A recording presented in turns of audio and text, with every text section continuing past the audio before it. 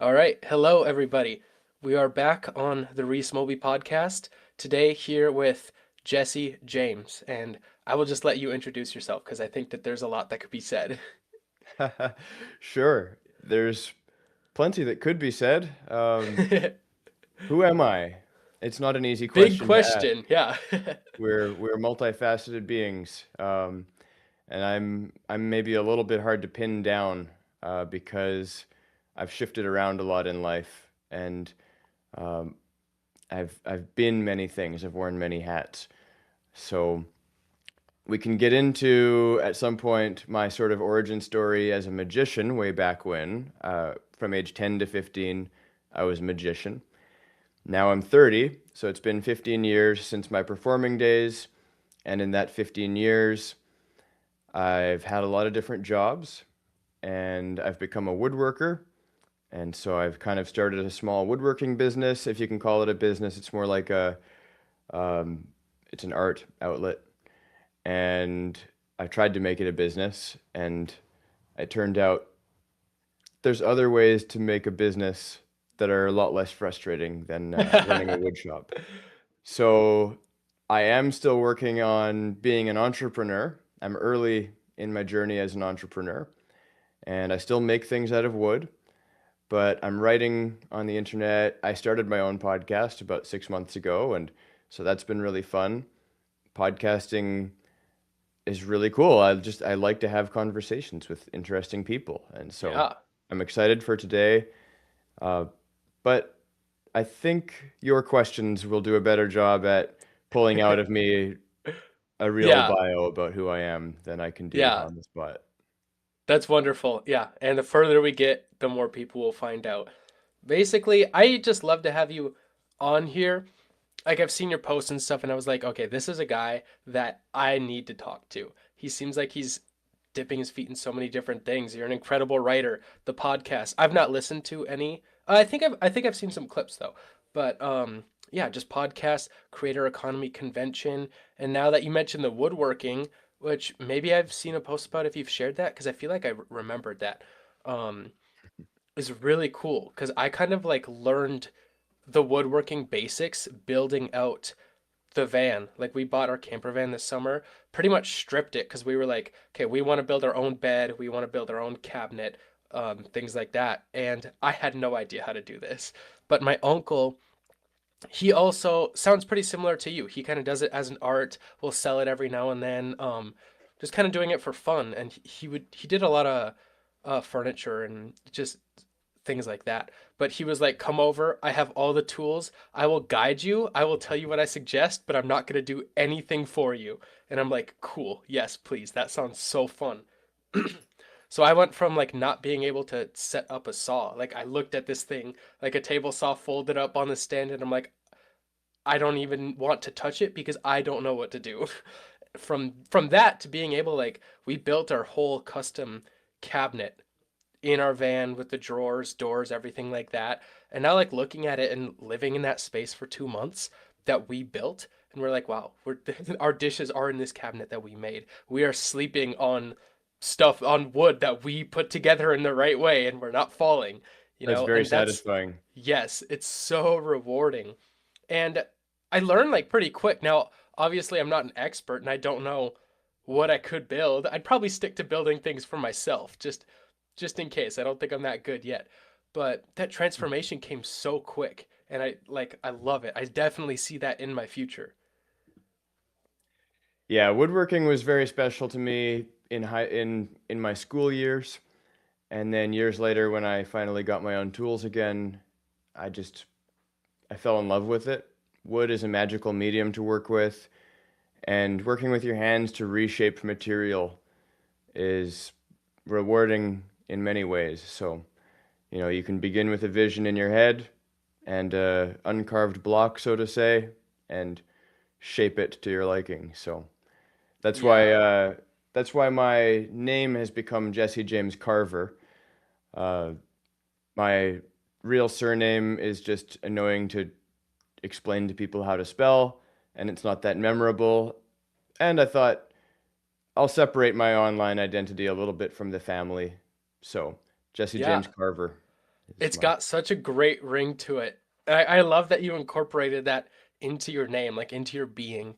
And it certainly does feel different, like you said, like taking wood and using your hands and turning it into something new. Like we're both writers, and that's like similar. It's like, okay, you're gonna take your hands and your mind and you're gonna create an article. So it's like similar like that, but it feels so different to have this physical thing that you can hold and you're like, wow, look at this. yeah. Yeah, Yeah. to me, creativity is like so fundamental to being a Hmm. human. And uh, I think that a lot of people are struggling with things that finding more self-expression would help them solve. So Yeah. having mediums through which to express yourself goes a long way. Hmm. How does that show up in your woodworking? Well, like, what is it? What do your projects look like They specifically? change all the time. So I mean, I make these fun little wooden wallets. So that's my logo there. It Cool. says oak moss, and yeah, cards, debit cards and whatnot, just slide in and out of these two layers of wood. This is a nice wood called Eastern hard, or it's bird's eye maple. It's got these cool little flecks on it. Um, that's a fun like product that I make. And then Yeah, I've those made are some sweet. furniture and hand carved it.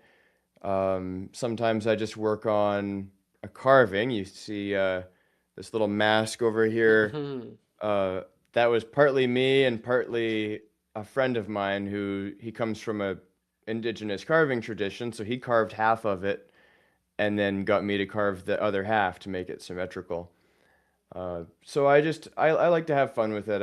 I've made a great variety of things, and sometimes I don't know where it's going. I just have a block of wood and I get my carving tools out and just start gouging away slices of wood.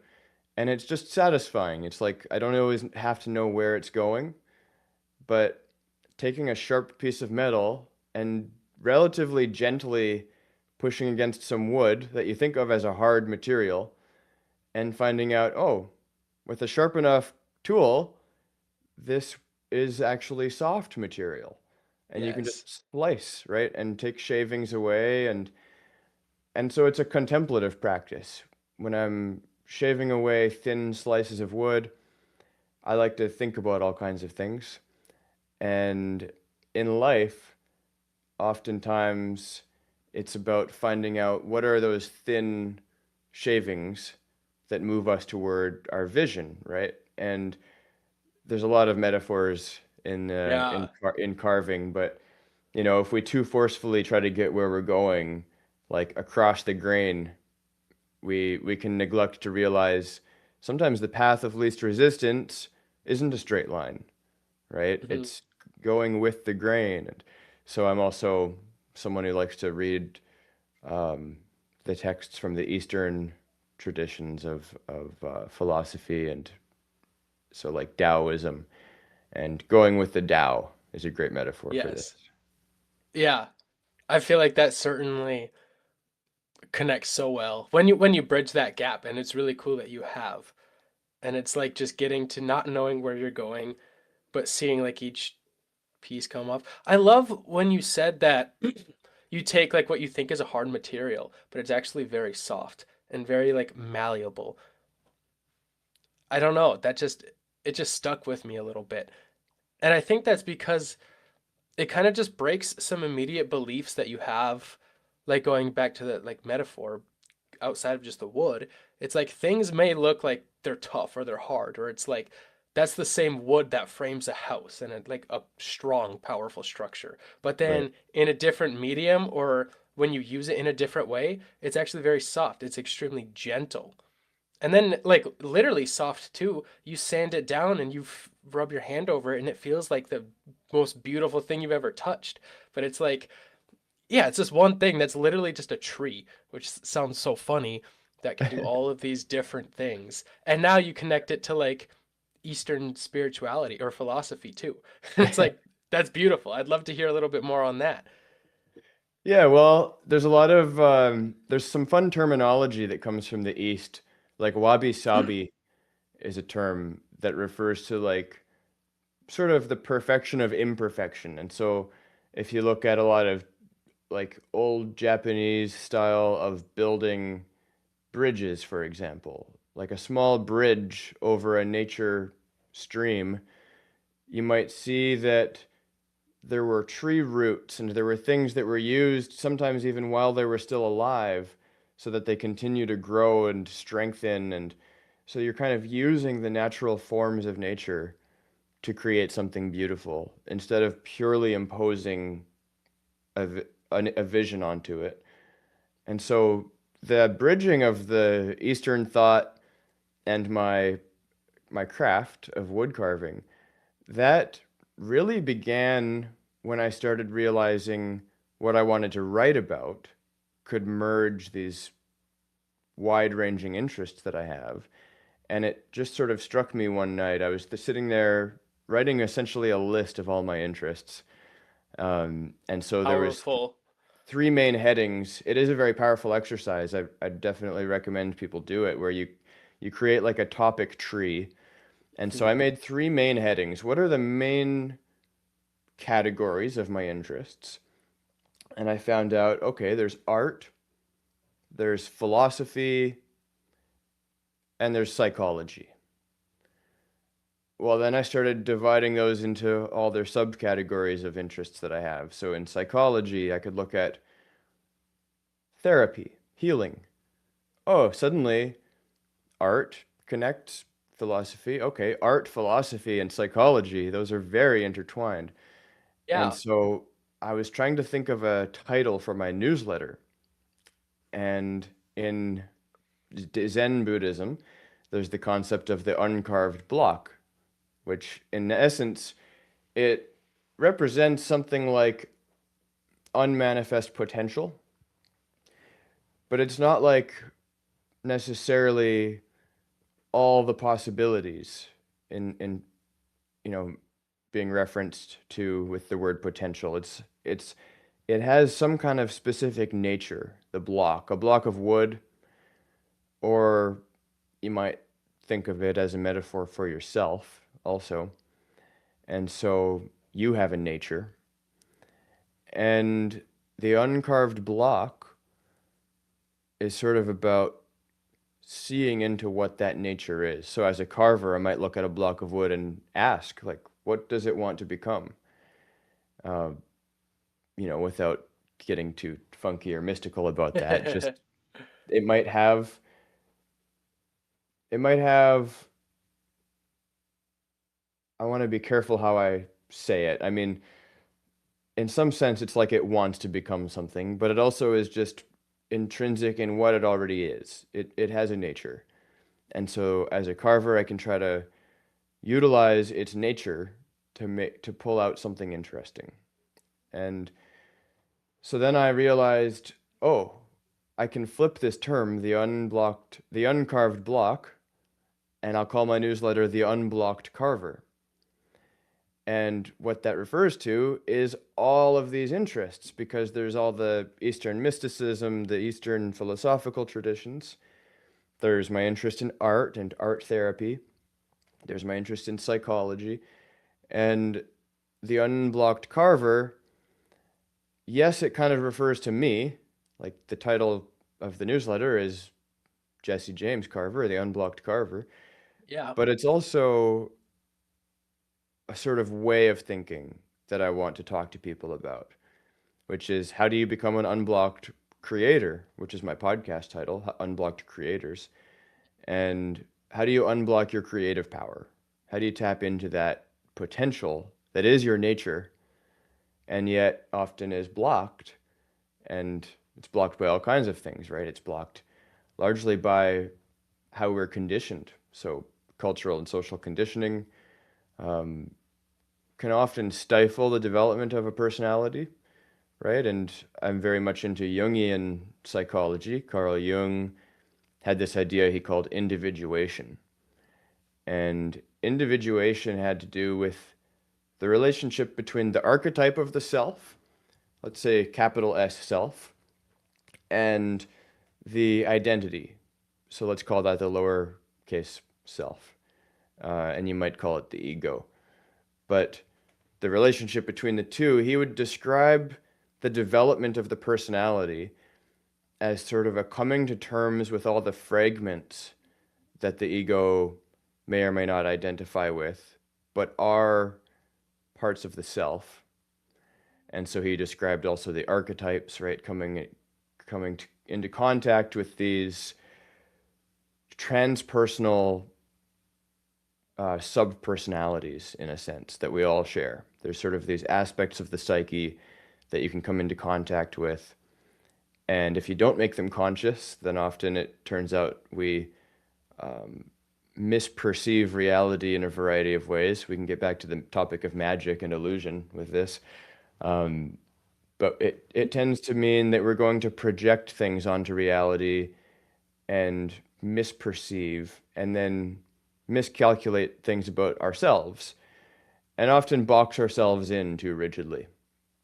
And so individuation was that process of capital S self coming into clearer and clearer view so that the identity wasn't so blocked by these patterns of identification or fragmentation, and the self would come into greater and greater contact with the whole self. So it's about becoming whole, essentially, Yes. which also Which makes then, you a clearer conduit for the energy of who you really are and your creative power. yeah, it's exactly what I was gonna say. Pours right back into the creativity.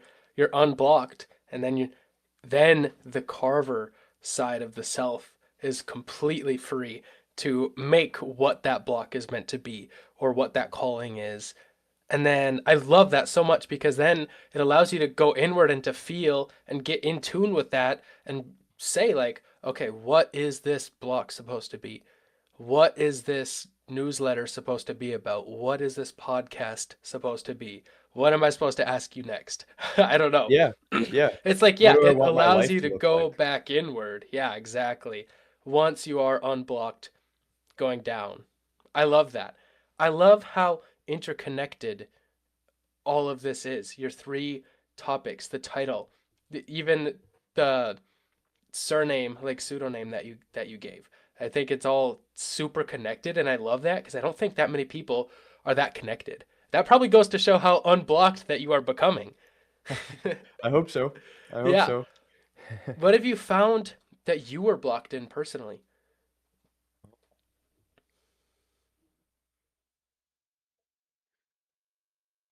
Yeah. Okay. Well, so one of my main struggles in life, basically since high school, has been dealing with physical pain.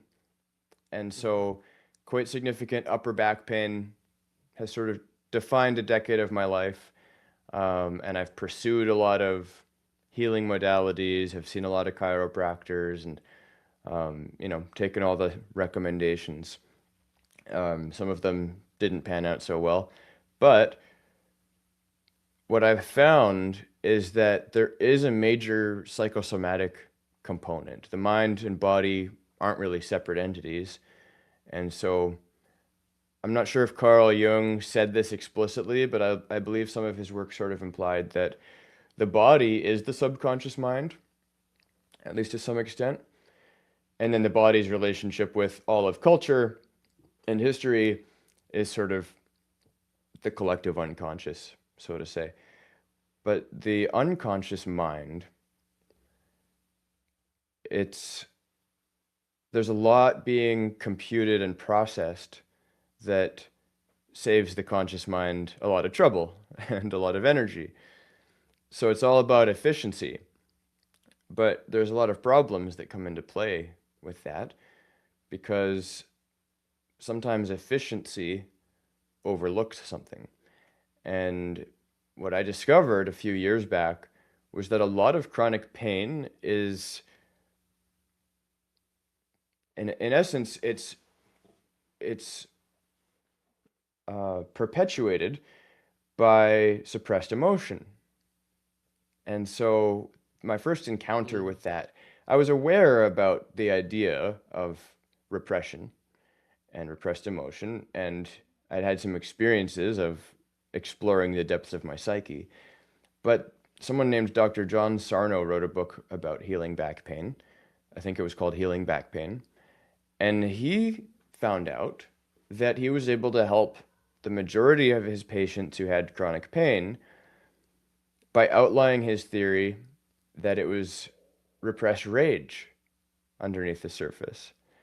And so I read that and I thought, I get it, but I'm not angry. I'm not a rage-filled person. So Yeah. I don't quite see how to use this information. But I entertained the idea, the possibility. Okay, let's suppose that his theory is correct, that as I grew up, especially in childhood, if you express rage, it's generally seen as not appropriate or annoying, unacceptable, right?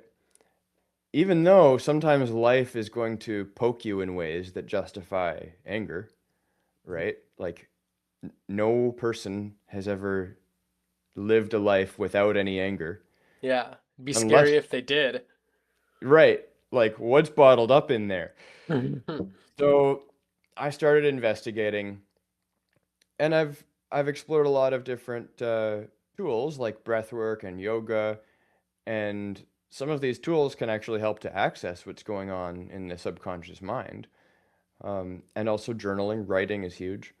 And I found out, oh, this makes perfect sense. I had a lot of anger as a small child, and then I became, a happy, people-pleasing kind of guy who just wants everyone to get along and wants everyone, I want to avoid conflict. Well, avoiding conflict with the cost of never being allowed to feel your own emotions is a real problem, it turns out. And so I discovered that, yeah, there's rage. And not only was there rage as residue from childhood, there was, you know, plenty of stages of life where there should have been an experience of rage. Not, and does I don't mean rage as in something that has to look like an outburst, right? Like it doesn't have to mean you go and punch somebody, but it's an inward experience. So you can feel angry and I mean, you don't have to put a smile on your face, right? You can feel the anger, not take it out on anybody, but acknowledge and actually give love to it. Like have compassion for yourself. Like, yeah, I'm mad. I feel this anger. And when I came into greater and greater contact with that, I noticed the energy in my body moved differently. And the main pain point that I had for 10 years, kind of on one side of my back, it felt like an object was lodged in my back, like a serious structural problem was going on. It dissolved. And it was, a combination. I threw some massage work at it, I threw some yoga at it. But a lot of it was the inner work of uncovering this emotional residue. And so that unblocked this energy that then uh, allowed it to flow once again. And it allowed me to integrate all the variety of emotions that go with that rage. Like often underneath rage, there's also grief and sadness, and this emotion is very complex. And that's why you can't run it through mental calculations. It has to be felt and move, and it's an energy thing. It has to move through the body.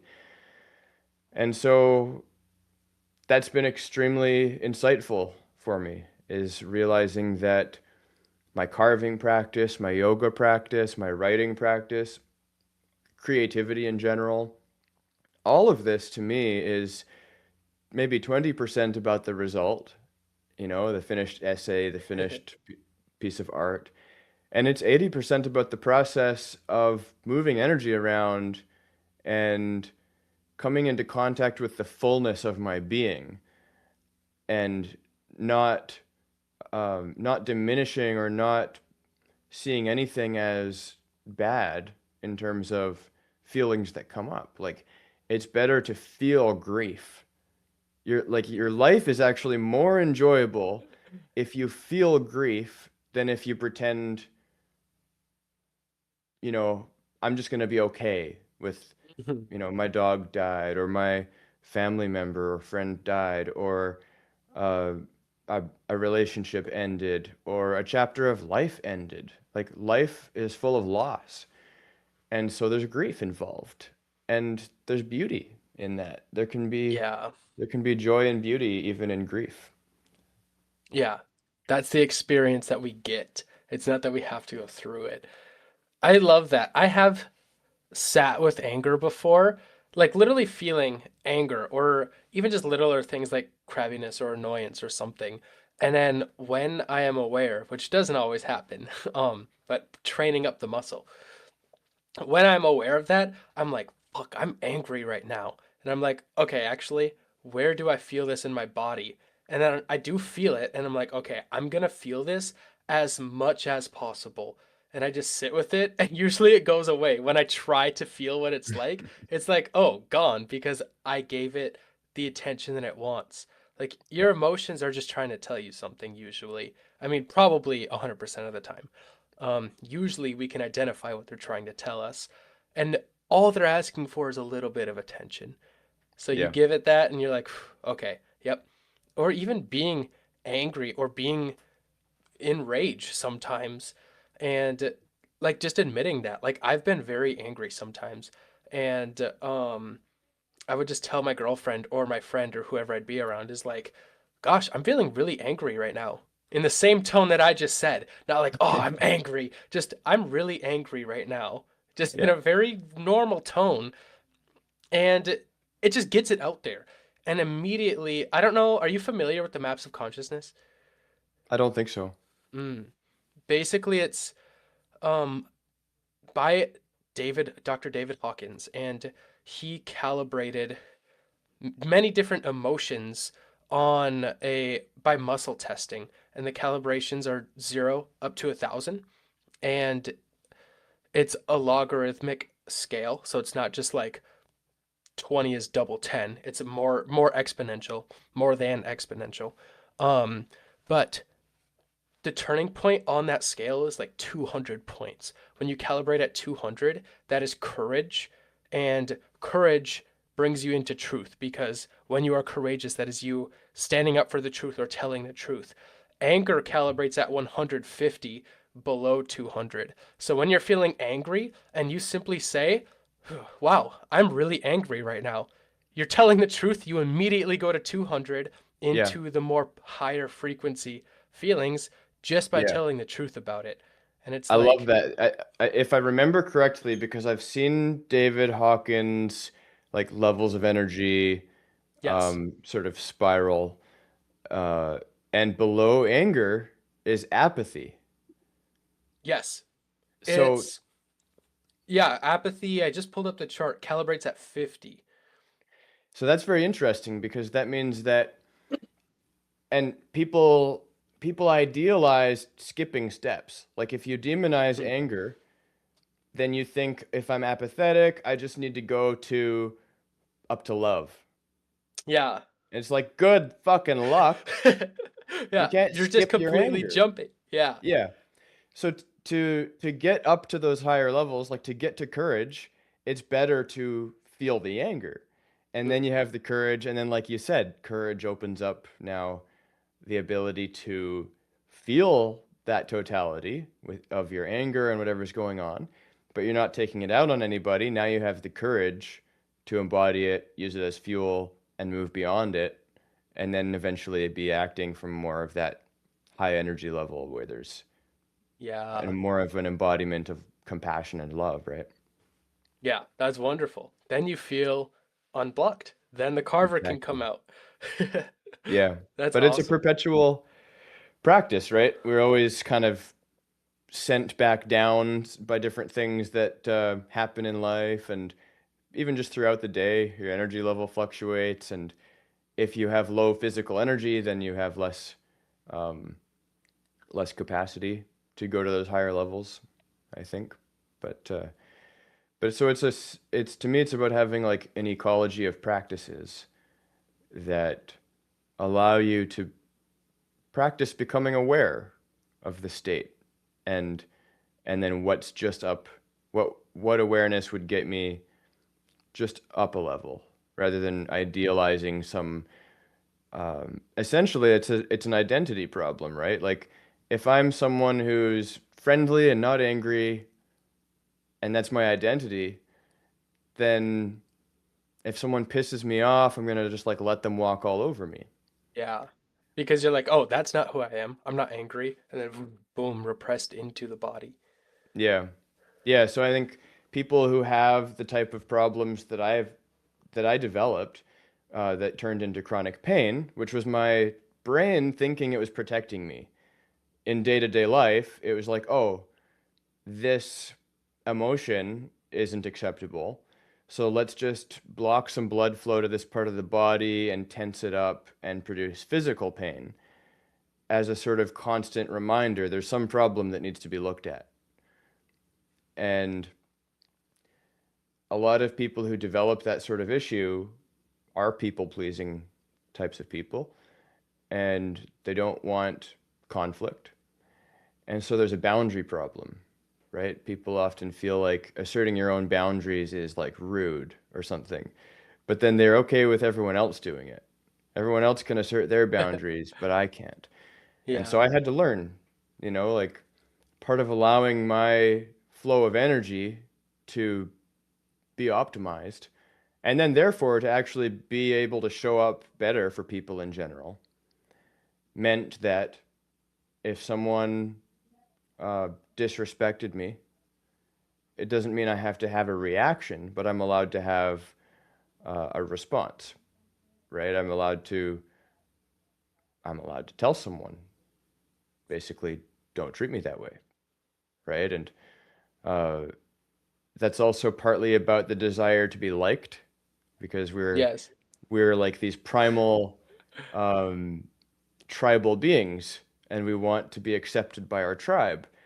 But sometimes it serves you much better to have someone not like you than to Mm-hmm. try to make them like you, right? Yeah, just accepting like, okay, this is all right. Or even like you said, having the awareness about what you're feeling and then telling them. Telling them is kind of like the second step. The first step is like understanding the feeling and accepting like, hey, I'm feeling this right now. And sometimes you could leave it at that and being like, you know what, I'm okay that this person just pissed me off. That's fine. Or if it's a repeating problem or you see it as important, then you share that with them. You're like, Yep. hey, this pissed me off, or I was extremely uncomfortable with this. This can't happen anymore. And it's like, so there's two steps, there's two ways. And it really just starts with like, okay, what are you feeling? Why are you feeling that? Is that okay? Yeah.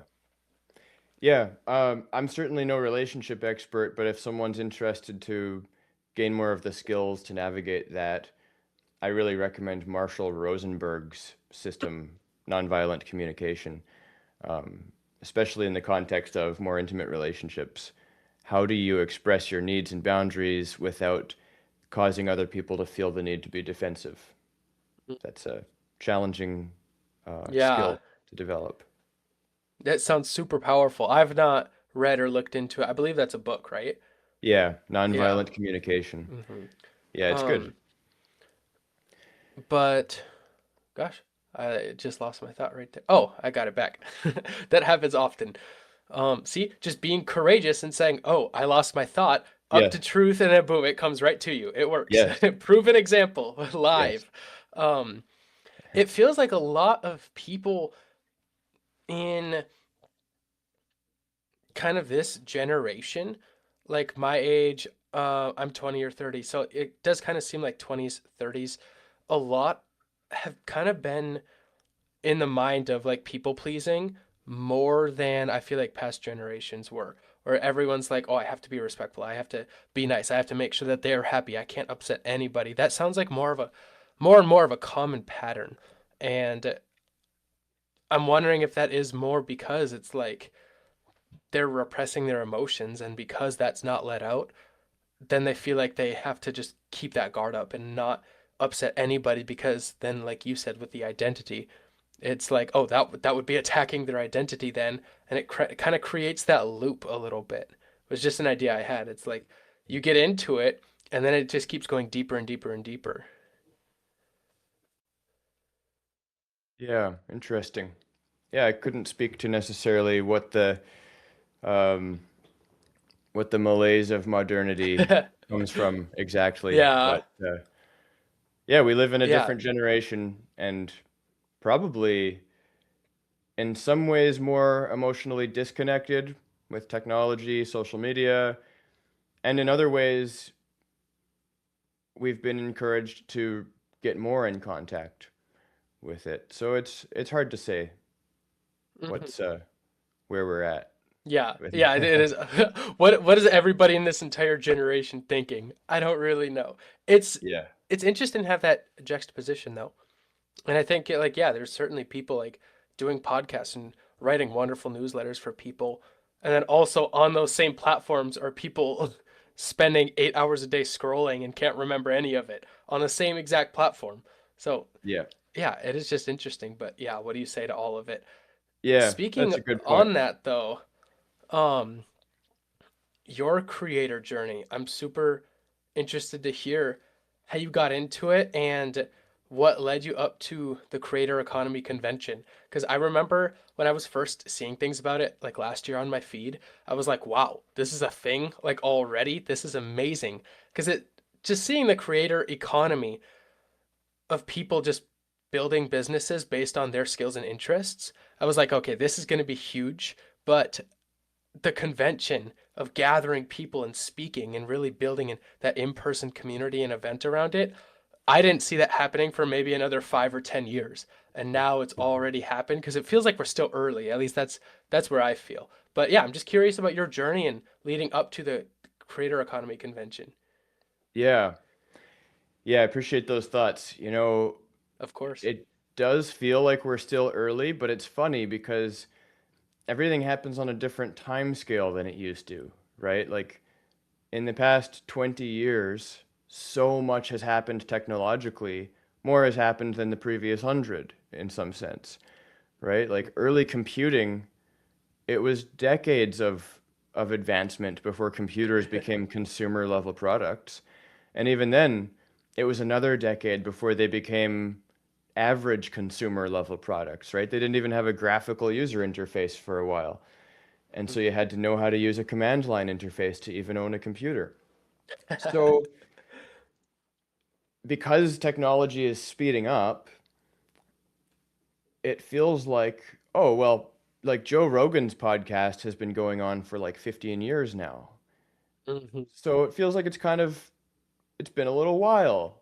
This this new creator media atmosphere, it feels like it's been going on a while, but actually 20 years is not a long time. It's very new.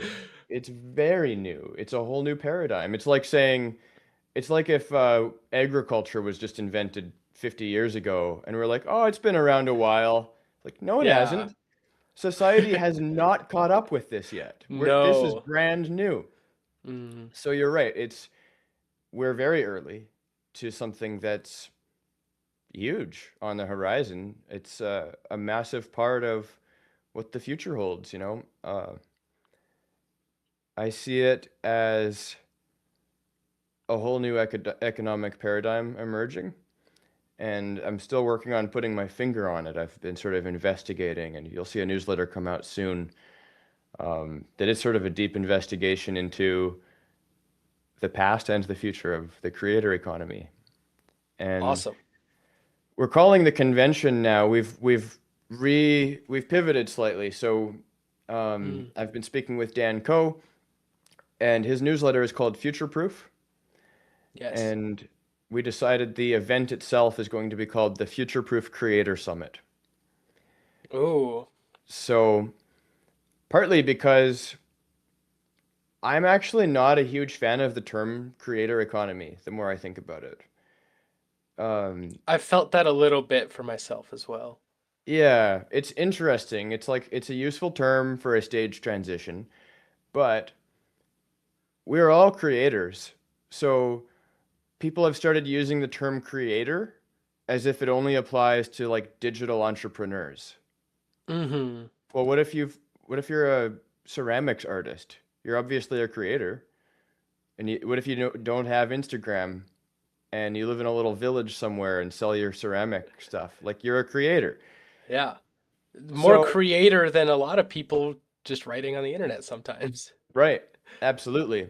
Uh, to me, it's a big problem that most of our culture encourages us to be regurgitators of information and consumers, and it suppresses our creativity. Culture inherently is sort of a double-edged sword that way, right? Culture provides us all these tools and language um, that are extremely useful as like a scaffolding. And then, as Aldous Huxley said, we're both the beneficiaries and the victims of the linguistic tradition into which we're brought up. The beneficiaries, insofar as it gives us this mental scaffolding to quickly understand and transfer all these concepts, but we're the victims of it in so much as it limits our perception to believe that those concepts and language are the actual world. And so then we stop seeing in the present moment with this wide open view of reality, and we start filtering it all down to the categories that we can easily label and talk about. Um, so to me, it's very important to create more than we consume. And there's a bunch of threads pulling at me here, so I'm going to try to weave them all together nicely. But That's all right. um, Yeah. so there's the event, the Future Proof Creator Summit, which is June 5th to 7th this year, 2026, in Vancouver, Canada. And my creator journey really began less than 2 years ago with figuring out the title of my newsletter and starting the newsletter. And then maybe 7 months ago now, I started the podcast. And I've been getting networked with more online creators, mostly like people pursuing digital entrepreneurship. And so involved in the creator economy. And my success has been small bursts of, positive feedback from my experiments. People enjoying my letters. My first product was the first iteration of my thing called the Web Dev Rebellion, which was born out of my own problem solving with my woodworking business. I was spending like $400 a year to have a decent website through platforms like WordPress or Squarespace. And I thought, there's got to be a way to just build a simple website and get it hosted for cheap. Like, what's the. And I mean, yeah, there's Wix. There's a variety of ways that it can be less expensive, but often the drag and drop builders are really limiting, or they force you to have their Yeah. branding. It's like, this site was built with. I'm like, no, I just want my Yeah. branding.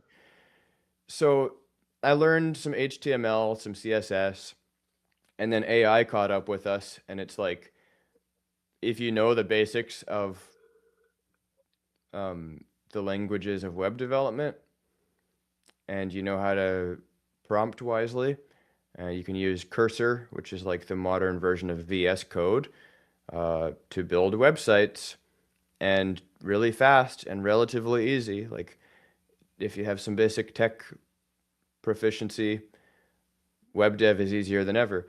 So I offered that first iteration of the web dev course and I made a couple $100 and a couple people went through it, but I didn't really care that much in some sense. Like I enjoy web design for my own projects, but when I did freelance work, it was kind of a headache, kind of annoying. And so I put the web dev rebellion aside and asked myself again, what's actually aligned like with what I'm writing about? Well, I'm writing about creative unblocking and healing and Zen and um, more philosophical ideas. So then I thought, well, I'd like to gather some people to focus on these topics. And so I ran a little cohort. I called it the Creative Wayfinder. And I blended in some Jungian style shadow work with some other concepts around expanding your mental bandwidth. I kind of blended in some of the David Hawkins sort of stuff, several different models of like motivation and energy level. So even looking at Maslow's hierarchy, like looking at a bunch of these models just to ask ourselves, how do we set up our lives to maximize our access to creative energy? And we went through this 8-week program together, 8 people, and it was really fun. There was a couple of painters, there was a couple of musicians, a couple of writers, Wow. Sounds and awesome. it was cool. It was an experiment, but it had some results and people enjoyed it, like we had weekly calls and I put together some kind of mediocre curriculum, but it was okay. And people really enjoyed the calls. So then I was sort of going to do that again, but I wasn't sure. I was pausing to reflect on what I'm building next. I still wanted to begin a podcast. And then I started meeting weekly with a group of writers. So there's Hussein Ibarra, Natalie Agnes, she was on your podcast, Yes. Nick Serpico, and Noah Vincent. We started meeting Mm. every week. And it was only about 5 weeks in, Nick started talking about the idea that yes, we're each building our personal brand, but it kind of feels like these conversations might be leading up to some way that we can collectively have something to offer. And so he began that brainstorm, and it had really been on my mind for a while that in-person events are tremendously valuable. And I'd been struggling with the problem of AI generated content flooding the internet. And I use AI, right? It's a powerful tool, but we know that there's people who are generating entire newsletters in 30 seconds and, you know, turning that into a YouTube video with a face that doesn't even exist. Yeah. And that's going to become a more pervasive problem. So, how do we know what to trust online? Yeah, exactly. This podcast is not real. We're both Yeah, AI. We were busy today. right. Yeah, sorry guys. But Yeah, right Reese and Jesse now, couldn't make it. yeah, it would be very hard to make it look this real, right? Because I'm sipping my coffee, I'm stumbling on my words, and I'm this Yeah, very imperfect being, and that shows through, luckily yeah. enough. And And it feels so so good too. exactly, it feels much better to be real. But people know, oh, there's this opportunity. If I harvest attention on the internet, I can profit from it. So there's going to be a Yeah, ton. There's whole bot farms. Like there's places where people just have, 100 computers running these things to produce content and then measure the analytics and then produce more content and then harvest that attention to sell some products or sell some email lists, whatever, right? They're harvesting our attention. And in Daniel Schmachtenberger's language, one of the three main drivers of the meta crisis is uh, substrate depletion. He has a slightly different word, but it's the substrate is in agriculture, it's just like soil, for example. And if you deplete the nutrients in the soil enough, you don't grow high quality food. And in the attention marketplace, it's like trust. And trust is becoming over harvested and therefore depleted. So it's not such a huge problem yet that society's falling apart, but it's a problem and it's going to increase. And your parents are more likely to get people sending them increasingly believable scam messages. And, people will use these tools for all kinds of destructive purposes and just to profit for the sake of profit. So that was one of the problems I was just kind of looking at and wanting to empower people to create more and seeing the creator economy as a platform to be able to monetize your creative power, right? To not just be creative on your Saturdays and the evenings that you're not too tired after work, but to build your life more around your creativity and being able to focus attention on craftsmanship, right? So one day, I'd like to spend even more time carving furniture, and ideally, people will pay enough that it's worth my time or that it supports my ability to continue doing so. Um, and writing. There's writing projects that I want to take on that realistically probably are going to require me to spend 3 months ignoring almost everything else. Well, I need money. Yes. So that has to, there has to be something um, monetizable. And writing can be that thing, but it's difficult, and in the age of just writing books, it had its hurdles, and it has different hurdles now. You can still publish books, you can have a newsletter with a paywall, or you can use writing to give people a lot of free value that then builds trust and builds sort of this gratitude where people then want to pay more attention to what you're doing, and then maybe you have something else they can pay you for. And so that's one of the most common models, right? Is people creating a lot of quality free stuff, podcast episodes, newsletters, and then on the back end having some offer that people can pay them for and support the rest of their work they do. Well, my early experience with creative work was being a magician. So at age 10, I moved back to Canada after living in Henderson, Nevada for a while, very close to Las Vegas. And while we were there, my dad kind of got me into magic. He was always kind of interested in magic. Probably bought some books in his life, bought a few magic tricks. He was quite tech savvy, so he'd probably find some stuff online, learn some secrets. And he showed us some magic tricks, and I was interested.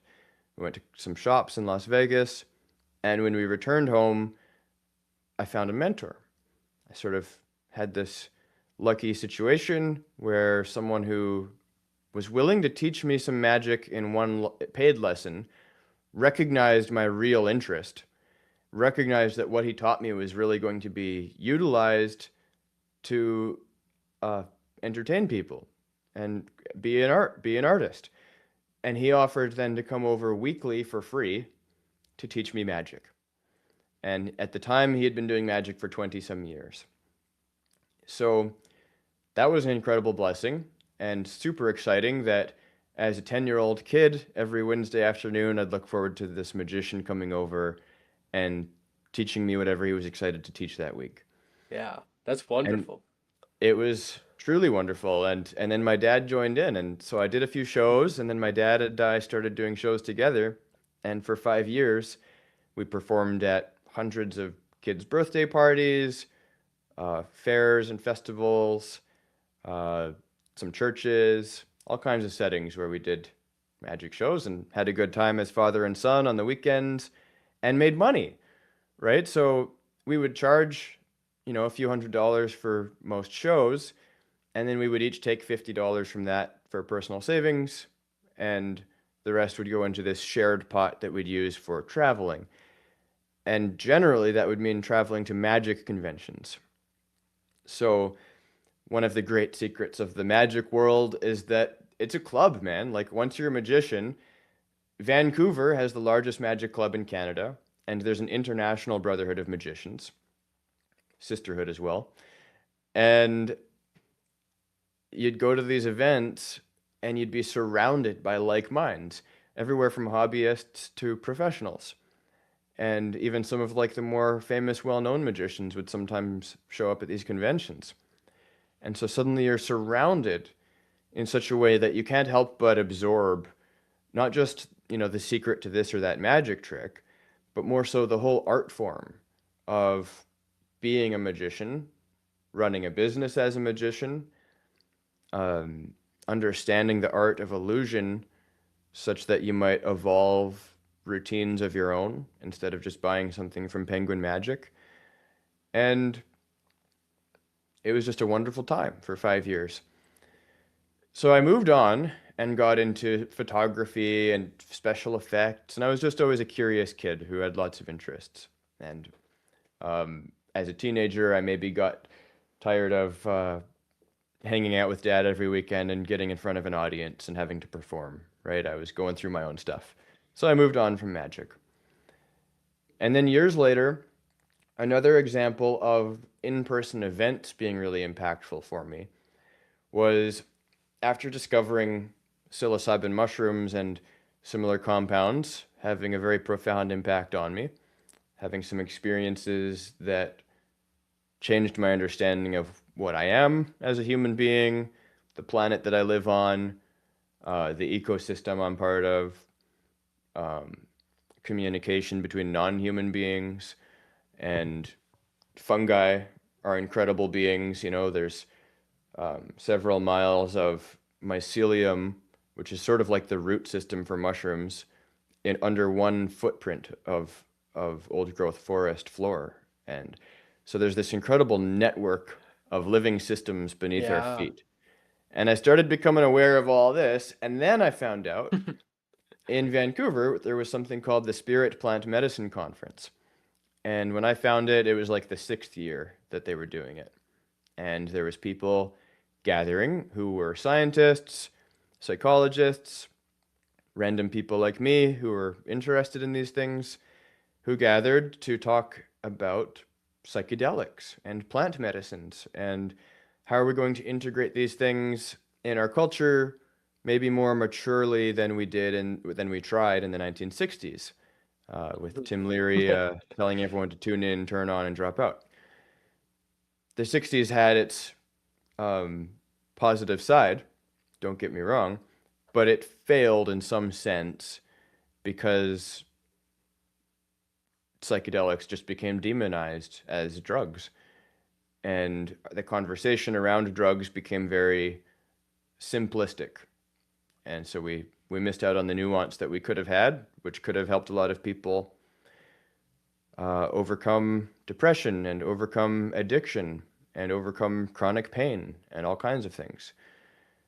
But these are very powerful compounds, not to just be thrown around on the streets. Like we need a cultural container, we need to study them, and we need to understand how to educate a population to use these tools wisely.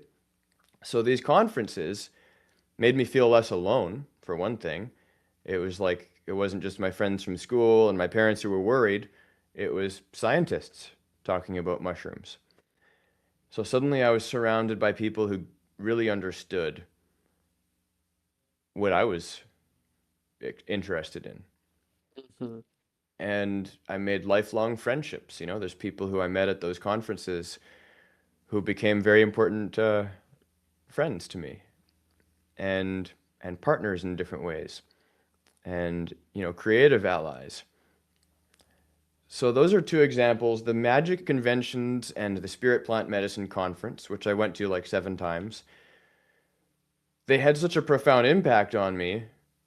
Plus, I got to see the structure of how these things run. How do people organize a conference?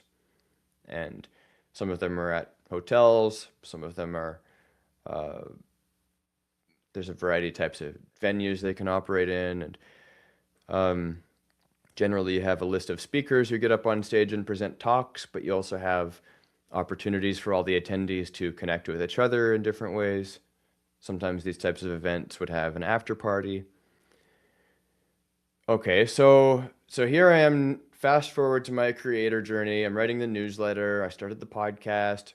I'm meeting weekly with that little crew of writers. And I said to them, I'd like there to be like a conference, an in-person event for creators, for creator entrepreneurs. And me with my, you know, at the time like 300 X followers and 100 Instagram, like I'm a nobody in the sense of online audience, right? Um, but I had some connections with larger creators, and then I had this little crew who they were all real go-getters. Hussein Ibarra has grown quite a large audience on X, writing threads, and everyone has kind of seen some success in different areas. So we had a really powerful little group, and they all thought that would be cool, a big in-person event. Sounds cool, but who's going to do it? And I'm a little crazy. So Yeah. sometimes I just say, I'm going to do it. And, you know, uh, some of the times that I've done that, it's gone okay. I've thrown some little events with like 40 or 50 people um, without charging money for tickets, but just like, oh, donate money to the band or whatever, right? And have a bunch of artists show up and create like an art gallery music event, for example. Mm. And they came together very nicely. Didn't get too many complaints from my neighbors and had a lot of fun. Um, Awesome. so I just thought, you know what? I think I know how to pull this together. I think I know how to talk to the right people who have done this before, and I think I know how to get big name speakers involved. And so, because I already had some connection with Dan Coe, I reached out to him as one of the first. Hey, we're doing this event. We'd like to fly you into Vancouver. And he was 100% game. He's like, that sounds exciting. Count me in. And he basically was invested in the vision and helped fund its origin because he could see I was a little naive about it. He could see I was thinking, oh, we're going to get enough tickets sold in like the first month to pay the venue deposit, and then it's just going to grow from there. Well, the venue deposit's a fairly hefty amount of money. Uh, to run an event like this is going to cost tens of thousands of dollars. So Dan could see, like, okay, Jesse is a little overly optimistic about how early that many tickets will sell. It's going to be Yeah. more so when we get to the point that we're, 3 to 6 months out from the event. That's when people will get tickets. And so he helped out tremendously by getting that venue deposit covered. So Dan Co, thank you for sponsoring the event. Um, and now we're calling it the Future Proof Creator Summit, which really leans into his um, content ecosystem, his brand. And then we got Kieran Drew, who's also a very successful online writer. He's built a 500,000 a year business writing online, gave up dentistry to pursue this. Yeah. He's one of my favorite creators, I think. Amazing. Yeah, Yeah, Kieran just is the cool. personality. Yeah, Yeah, he's awesome. we're gonna do a podcast soon. So Oh, awesome. that'll come out. Episode with Dan is about to be released. Mm, And there's a bunch of other cool speakers. There's Jack Moses, incredible guy. yeah. Kimi Anora has a big focus on neuroplasticity for healing chronic pain, Mm, but also success in life in general, rewiring your brain to see the world differently and experience the world differently. And Brian Meyerhofer, who comes from a background of therapy, he's uh, got expertise in somatic therapy, this mind-body interconnection, and has done very well with expanding his business to being an online creator instead of just seeing clients one-on-one.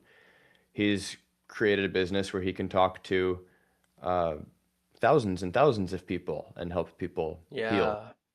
So, anyways, we've got this big lineup of incredible speakers and a venue booked, and people on the volunteer team, people on the organization crew who are envisioning and creating a gathering with capacity for 600 people to come and get all the inside scoop, Yeah. get all the hard to find secrets of how do you succeed in the creator economy. And what I think is that there's so much context uh, required to understand how to succeed in this game that just posting into the void and sending DMs and taking courses takes a while. And I believe this type of event can really accelerate that journey for people. And I'm still a beginner, so it's going to accelerate that journey for me, right? I'm now getting to spend more time in the presence of people like Dan Coe, Kieran Drew, and so on. And I've sort of crafted this tribe of mentors who now I have way more access to than I would have if I didn't take on this project. And my goal is to get 600 people more access to these types of people, right? So that's the vision with the event. and that's this June, so it's only 4.5 months away now. And I'm just going to keep on doing my podcast. I'm working on getting back to weekly episodes. Maybe every 2 weeks is a good, consistent goal. And I'm going to keep writing my newsletter.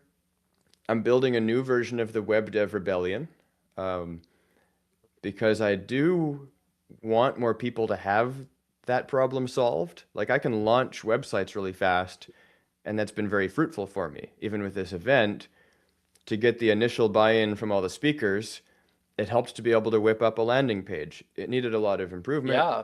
I've improved on it, but to whip it up in 2 hours got my foot in the door. And so I want more people to have access to the ability to make websites easily without paying all these subscription fees. So there's the Web Dev Rebellion. That's going to be part of the Living Internet University, which is technically their organization hosting the event. It's my company, but the Living Internet University is also meant to be a digital gathering place where there's workshops and there's curriculum in these different categories.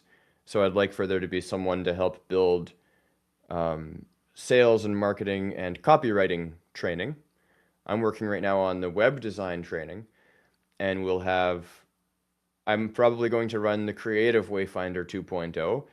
And so that's about the inner work, right? The shadow work and like levels of energy sort of stuff, guiding creators through the psychological component of succeeding as a creator. And so I'm looking to just equip as many people as possible with the tools and resources that are going to be extremely useful as the creator economy evolves into whatever this new paradigm is. I think we're going to transcend the language and the term creator economy, and we're going to have new language to talk about what's emerging. But I think we both see it emerging as a significant component of human society.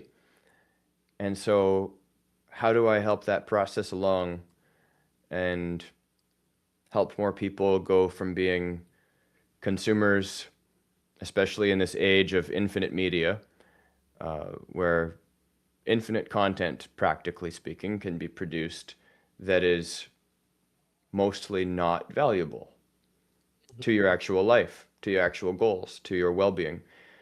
How do I help people go from consuming to creating, and creating a vision for their own life, creating a new culture, creating a new economy?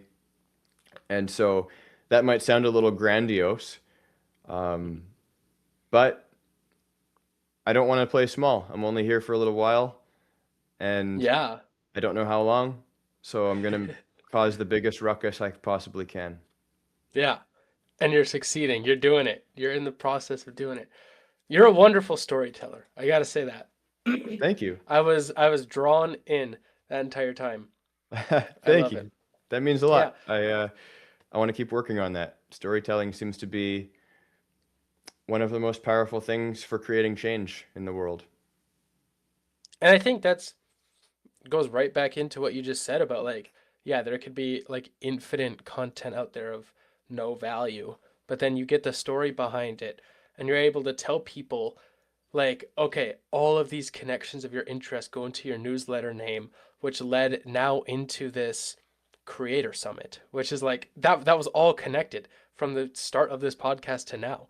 Right. And that doesn't always happen with people. Is sometimes it feels like, okay, let's hit on this topic. Now let's hit on this topic. Let's hit on this topic. You've connected all of that. And I think that is really, really powerful. And that makes the story almost just tell itself. And it's so naturally. But yeah, I love that. Bringing people into this new economy, making it easy. And it sounds like you're setting up the pieces to give people all of that. They can go to the Future Proof Creator Summit, get all of the specific niche skills from the speakers. They can go inward with you, and they can get the hard skills with the, what was it, Living Creator University, right? Yeah, Did I living remember that internet. right? Living Internet University, yes. It's like, yeah, it's this extremely holistic way that anybody can take their skills and create and unblock themselves and carve. You Yeah, got it, I see the man. vision and I Yeah. feel it. I love that. Thank How did you. this come to you? Like, did you do a lot of thinking, or was it kind of like one thing led to another? Because it is so abstract. Like this whole overarching do you mean the event, or what are you referring to? The connection between it all. Mm. Maybe that's an unanswerable question, but It's a tough one. yeah, I writing. Writing is the main tool. You know, getting it out of my head and putting it into Lego blocks that I can put yeah, together and see visually and take apart and put away in the box and work on something else and then come back and there it is, all these little pieces that I've worked on. So writing is huge, whether it's journaling for like exploring my inner landscape or connecting ideas, or whether it's working on a newsletter or essay, which generally has a particular thesis. And generally, that thesis isn't quite clear at first. An essay is supposed to be an exploration, it's sort of a question. And then as you work on an essay, the thesis becomes more clear. And then your final draft makes it clear from the beginning what the thesis is meant to be, and then clearly delineates an argument or a case for that thesis. Um, so writing essays is extremely powerful as a tool for metacognition, right? Like watching your own thought processes and then laying them out in a way that you can rebuild them. Because our thoughts are often messy and contradictory and complicated. So to be able to gain clarity on a thesis and make a coherent case for that thesis, it's sort of a platform that then you get to build a next layer on top of, and a next layer, and a next layer. And so it started off with like, oh, the unblocked Carver. I'm going to write about my interests. I'm going to write about Jungian shadow work, and I'm going to write about creative power and art, woodworking. And it just evolved. It just snowballs, and some things stick and some things don't. And eventually, you're doing podcasts with Dan Coe and organizing a big event. yeah. Yeah. That's wonderful. It sounds like you've just followed that calling like the whole way. It's like, okay, I'm interested in these things. Let's write about them. Oh, I want an in-person event. I'm gonna do it. That's Yeah. wonderful. Yeah, Yeah. I'm It's very either we're, happy to see that it's all worked out up till now, and I'm extremely happy to see like what we were saying. We're early right now. What is this gonna look like in 20 or 30 years? yeah. And Do we'll you be have a able to massive look back vision on like these. that? What was that? You can go ahead. Well, it's just the fact that we can look back at these episodes too. Like, Mm. um, you know, as you develop your brand, you may or may not keep everything that you've created up. You might trim some branches, but you can look back on early episodes of a lot of people's podcasts and see how they evolved, right? And an Yeah. influence for me was Tim Ferriss. I read his 4 Hour Work Week Mm. way back, way back. And Tim Ferriss really influenced me on multiple levels. And he's got episodes from like 10 or 15 years ago that I can go back and re-listen and see like, oh, this guy's evolved, Yeah. right? And the world has evolved since then. So you get to sort of see the context from all that time ago. That's very exciting that we can create an ecosystem of media that stays relevant to some extent. And another Yeah. area, just a quick note about, I guess, how I've been able to stay with this vision and let it evolve, that Tim Ferriss influenced. There's two big things that I got from him. One is people are less hard to reach than you'd think. So if someone's famous, don't assume that they're unreachable. Assume they probably get too many people trying, and so then the certain inbox is flooded, and you might have to be creative about going in different means of reaching them. And you might have to think about what is the actual purpose and what's in it for them. Um, but People are more reachable than you'd think. So as a podcaster, keep that in mind. Yeah, Uh, thank you. the other thing is stoicism. Tim Ferriss, at some point in his life, was very depressed. He had some traumatic things happen in his life, and at some point in life, didn't want to live. And for him, it was stoicism that prevented his suicide. And so the writings of Seneca, Marcus Aurelius, and the Stoics would often encourage you to contemplate death, contemplate your mortality. And to me, that's been really big. I'm very viscerally aware that my body is mortal, at least with our current medical technology or understanding of aging. Ugh, But, God bless me. I sneezed, so it must be true. That's what bless I've you. had a few people tell me lately. Yeah, yeah. So I have limited time, and that brings up some important questions about what's important, right? Hmm. And this helps with the process of individuation because the small self, ego sort of identity, it's a useful part of the psyche, but it gets rigid and it stays small and it protects itself, right? Its job is largely to protect you. And so if it's all about protecting your identity,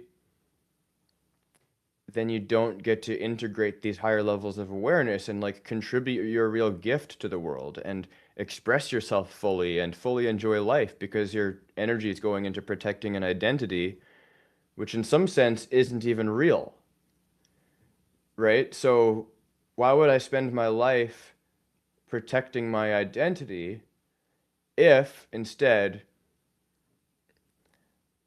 I could be, embody my real potential and give my energy to life in a way that serves some greater purpose and including enjoyment, right? Like purpose isn't just about like being some noble saint. It's like Yeah. enjoying your life is part of having purpose. So I realized courage is the master key in essence, right? Like you could expand on that and say like love is the master key. Um, Yeah. That's another word that came to mind too. Those two yeah, things. Yeah, I love that because it does tie back to you're not going to be around forever. What do you want to do? yeah, What is your purpose? What do you want to do? Because you're not going to be around forever. And that's a gift because if I was around forever, I don't know what I would care about. I don't know what I'd want to do because I'd always have it in my mind like, oh, I could just do it in 100 years, like whatever. yeah, You know, like I don't, yeah, like how funny is that? We need to have limited time, otherwise yeah. nothing would ever happen. Yeah, there Yeah. needs to be some sense of urgency and creativity thrives on constraints. So Yes. giving yourself deadlines and, deadlines literally. Yeah, it goes a long way. That's awesome. Well, we can wrap it up here soon. We talked about a few things. Is there any specific links or somewhere you want to send people that I can link in the description for people? Yes, if it speaks to people to gather with a lot of other creators and get equipped with the skills and awareness to be an entrepreneur in the creator economy, thelivinginternet.com is where all of the details of the Future Proof Creator Summit can be found. So thelivinginternet.com. And then if you're into the web design topic and you want to learn how to make websites, you can go to webrebellion.com. And if you want to check out my wood art, oakmoss.ca. Oak like the tree, moss like the forest carpet, oakmoss.ca. Those are my main three links. Through those, people can find my newsletter and podcasts, etc. But the podcast, Unblocked Creators, on YouTube and Spotify. Wonderful. And I'll have that linked for people too. Is there any last thoughts or anything you wanted to tell people or any ideas before we head out? I'd just like to ask you if you'd like to share something about why you started a podcast. Mhm. Thank you. I love that. I've found that I love talking to people. And around my hometown, similar to what you said with like the different conventions and stuff, not many people are interested in online business or I mean a lot of people like the idea of it, but they don't do it. Or I'm super into holistic health. They're not many people around here are into that. Or the spirituality or the personal growth or the going inwards and the shadow work type of thing. So I found it as just such a great opportunity to get to have more conversations, put myself in the position to just talk and learn from people and also teach. Like we can people two people on a podcast can both teach each other a ton. And then with that, why not post it for other people to hear and learn from? Because it's such a wonderful opportunity for the two people on it.